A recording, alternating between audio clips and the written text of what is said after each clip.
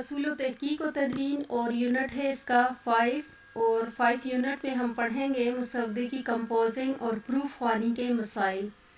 شروع کرنے سے پہلے اگر نیو ہے تو چینل کو سبسکرائب کر دیں، اگر ویڈیو پسند آئے تو اسے لائک کر دیں تاکہ میری ہر نئی آنے والی ویڈیو آپ کو بر وقت پہنچ سکے۔ تو سب سے پہلے ہم پڑھتے ہیں کمپوزنگ کسے کہتے ہیں۔ کتاب، مقالے یا مجلے کی تیاری کا ایک اہم مرحلہ کمپوزنگ اور اس کی پروف خوانی ہے۔ لغوی اعتبار سے کمپیوٹر، ٹائپ رائٹر یا ایسی کسی اور مشین کی مدد سے حروف کو ایک دوسرے کے ساتھ جوڑنے کے عمل کو کمپوزنگ کہا جاتا ہے۔ کتابوں اور مقالات کی تیاری اور طباعت کے تناظرے میں مسودے کو کمپیوٹر پر لکھنے کا کام کمپوزنگ کہلاتا ہے، اور اس دوران رونما ہونے والی غلطیوں کی نشاندہی کے لیے اس لکھے ہوئے کو پڑھنے کا عمل پروف کہلاتا ہے۔ پھر اس کے بعد ہے کمپوزنگ کا پس منظر اور ضرورت و اہمیت۔ کمپیوٹر پر مسودات کی کمپوزنگ کا رواج پذیر ہونے سے پہلے مشق خطاط مسودات کی کتاب کے فرائض سر انجام دیا کرتے تھے۔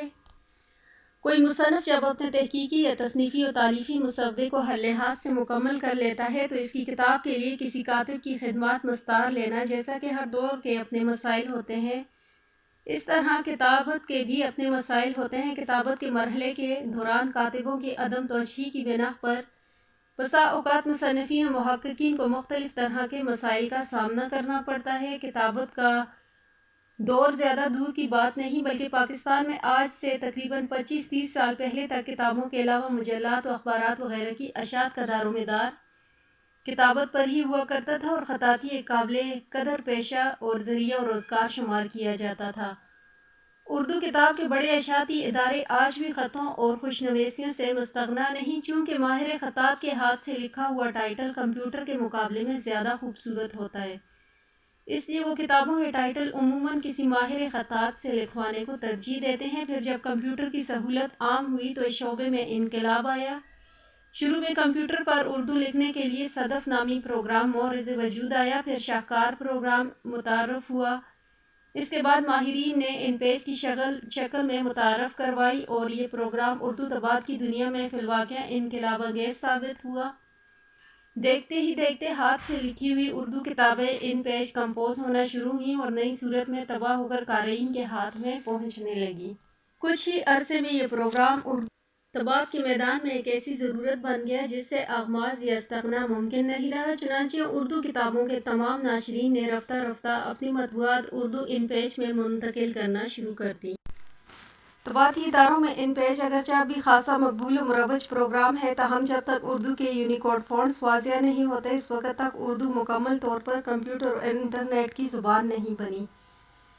پھر اردو کے یونیکوڈ فونٹس نے اردو کو فی الواقع کمپیوٹر انٹرنیٹ کی زبان بنا دیا۔ اردو یونیکوڈ فونٹس کی بدولت ہی ایم ایس ورڈ میں اردو زبان کا استعمال آسان اور خوبصورت ہو گیا، چنانچہ محققین ان پیج کی بجائے ایم ایس ورڈ میں کام کرنے کو ترجیح دیتے ہیں، اور جامعات میں ہونے والے تمام تر تحقیقی کام بھی ایم ایس ورڈ میں ہی قبول کیے جاتے ہیں۔ کتابت کی طرح کمپیوٹر پر مسودات کی کمپوزنگ کے بھی اپنے ہی مسائل ہوتے ہیں، جیسے پروف خوانی اور تصحیح اغلاط وغیرہ کے مسائل۔ کتاب اور مقالے کا عنوان کس قدر ہی دلچسپ کیوں نہ ہو، اگر اس کی کمپوزنگ معیاری نہ ہو اور اس کی درست فارمیٹنگ اور پروف خوانی نہ کی گئی ہو تو قاری پر اس کے منفی اثرات مرتب ہوتے ہیں۔ حتیٰ کہ بسا اوقات کسی عبارت سے ایسا مفہوم اخذ ہو رہا ہوتا ہے جو مصنف کے مداح کے بالکل برعکس ہوتا ہے۔ محض میٹرک، ایف اے، بی اے پاس ہونا اور سرعت رفتاری سے کمپوز کر لینا اچھے کمپوزر ہونے کے لیے کافی نہیں۔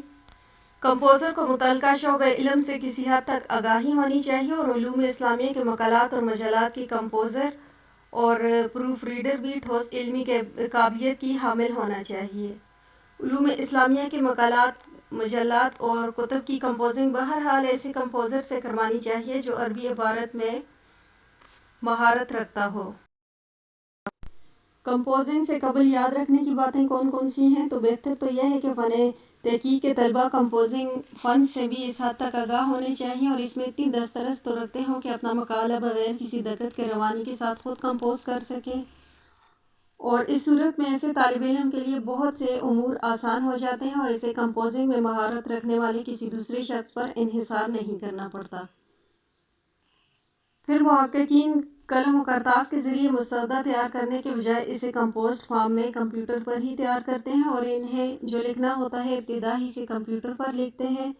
ایسا کرنا ان محققین کے لیے بہتر ہے جو کمپیوٹر پر کام کرنے میں مہارت رکھتے ہیں۔ ایسے محققین جو کمپیوٹر پر کام کرنے میں مہارت نہ رکھتے ہوں، ان کے پاس وقت کی بھی قلت ہے، تو وہ ہاتھ سے مسودہ تیار کر کے کسی ایسے کمپوزر سے کمپوز کروائیں جو اپنے کام میں ماہر ہو اور اس کام بروقت واپس کرنے کی بھی شہرت رکھتا ہو۔ چنانچہ مسودہ کمپوزنگ کے لیے دینے سے پہلے جن امور کا خیال رکھنا چاہیے، ان میں سے چند درج ذیل ہیں۔ ایک تو یہ ہے کہ مسودے کی لکھائی واضح ہونی چاہیے اور مصنف محققین کو چاہیے کہ وہ مسودے کو اس قدر واضح لکھے کہ کمپوزر اسے بغیر کسی دقت آسانی سے پڑھے اور سمجھ سکے۔ پھر محقق اور مصنف کو یہ بات ذہن نشین رکھنی چاہیے کہ اس کا مسودہ دوسروں نے پڑھنا ہے اور سمجھنا ہے، اور وہ اپنا لکھا ہوا خود تو آسانی سے سمجھ لیتا ہے لیکن دوسروں کے لیے اسے پڑھنا اور سمجھنا مشکل ہوتا ہے۔ اس لیے ضروری ہے کہ کمپوزنگ کے لیے دینے سے پہلے مسودے کے ایسے مقامات پر الفاظ کو واضح کر دیے جائے جہاں پڑھنے میں دقت اور کمپوزنگ میں غلطی کا امکان ہو۔ مسودہ صاف ستھرا اور قطع بریز سے بڑی حد تک پاک ہونا چاہیے، اس سے کمپوزنگ میں آسانی رہتی ہے۔ ایک بار پورے اعتماد کے ساتھ مسودے کی حتمی قرار دینے کے بعد اس میں ترمیم و تنسیق سے گریز کرنا چاہیے۔ پھر نمبر 2 پہ ہے پروف خوانی کا مرحلہ۔ اگرچہ کمپوزنگ کے بعد آتا ہے مگر محقق کو چاہیے کہ وہ جب اپنے مسودے کی کاٹ چھانٹ اور تدوین کے بعد اسے کمپوز کے لیے تیار کر لے تو پروف خوانی کے نقطۂ نظر سے اسے مکمل ایک بار پڑھ لے۔ اس طرح بہت سی لفظی غلطیوں کمپوزنگ کے مرحلے میں دہرائی نہیں جائیں گی اور اگلا مرحلہ نسبتاً آسان ہوگا۔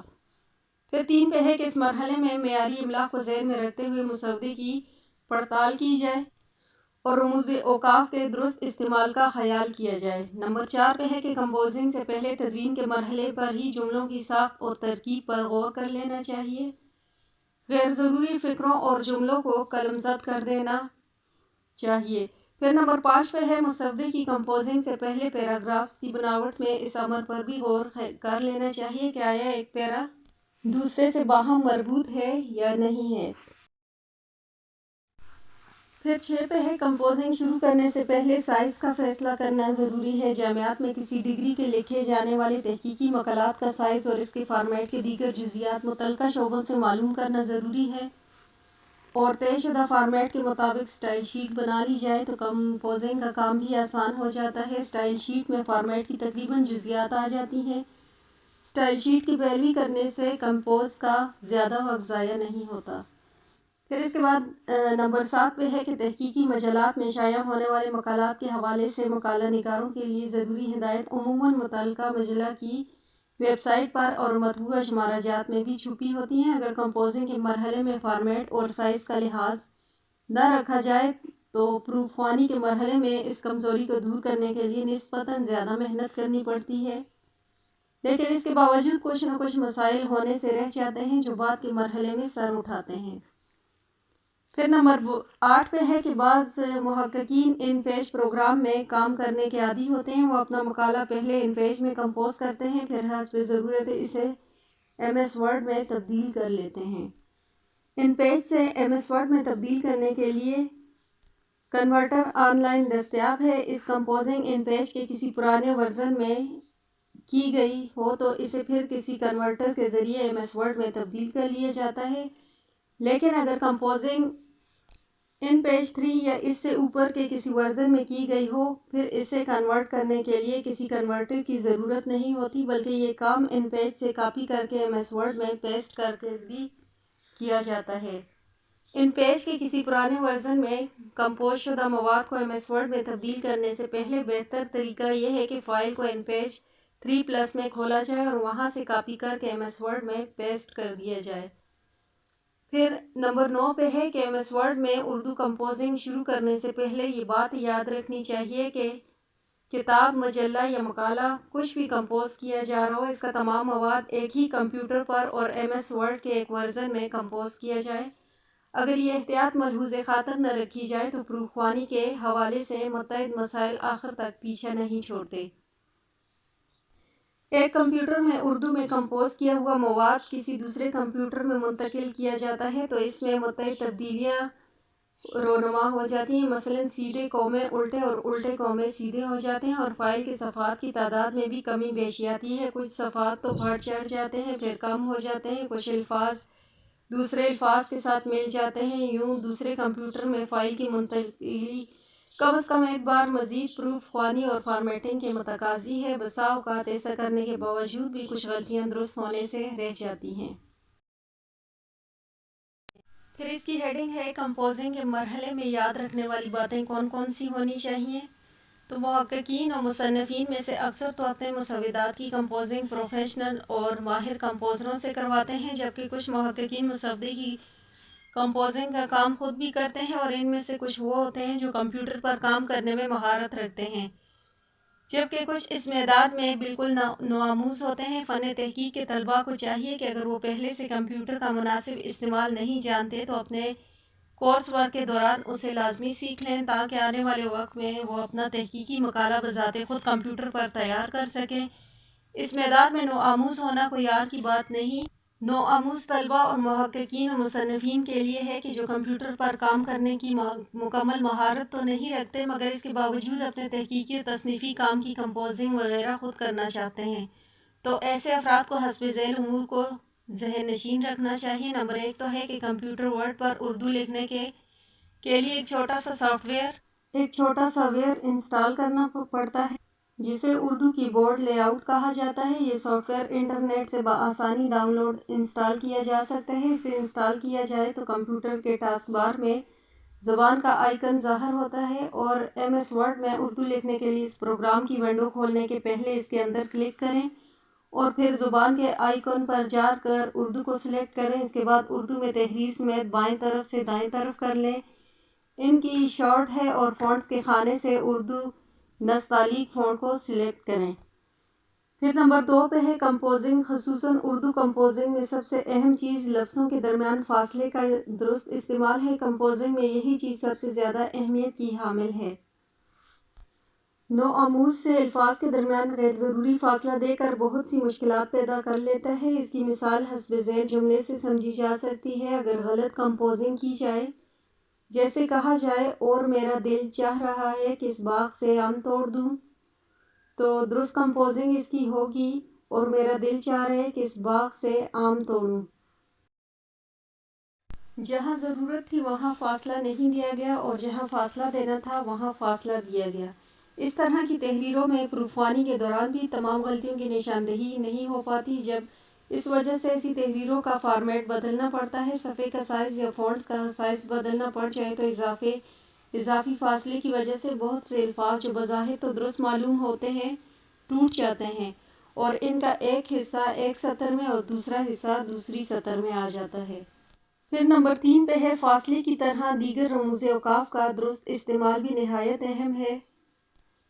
جب کسی لفظ کے درمیان یہ کا حرف استعمال ہو رہا ہو تو وہاں چھوٹی یہ ہی لکھیں۔ ان پیش پروگرام میں دوران کمپوزنگ یہ غلطی پکڑی نہیں جاتی، مگر ان پیش میں کمپوز کی گئی عبارت جب کسی دوسرے پروگرام میں کنورٹ کی جاتی ہے تو ایسی صورت میں وہ لفظ ٹوٹ جاتا ہے جس کے درمیان یہ کے بجائے بڑی یہ لکھی گئی ہو۔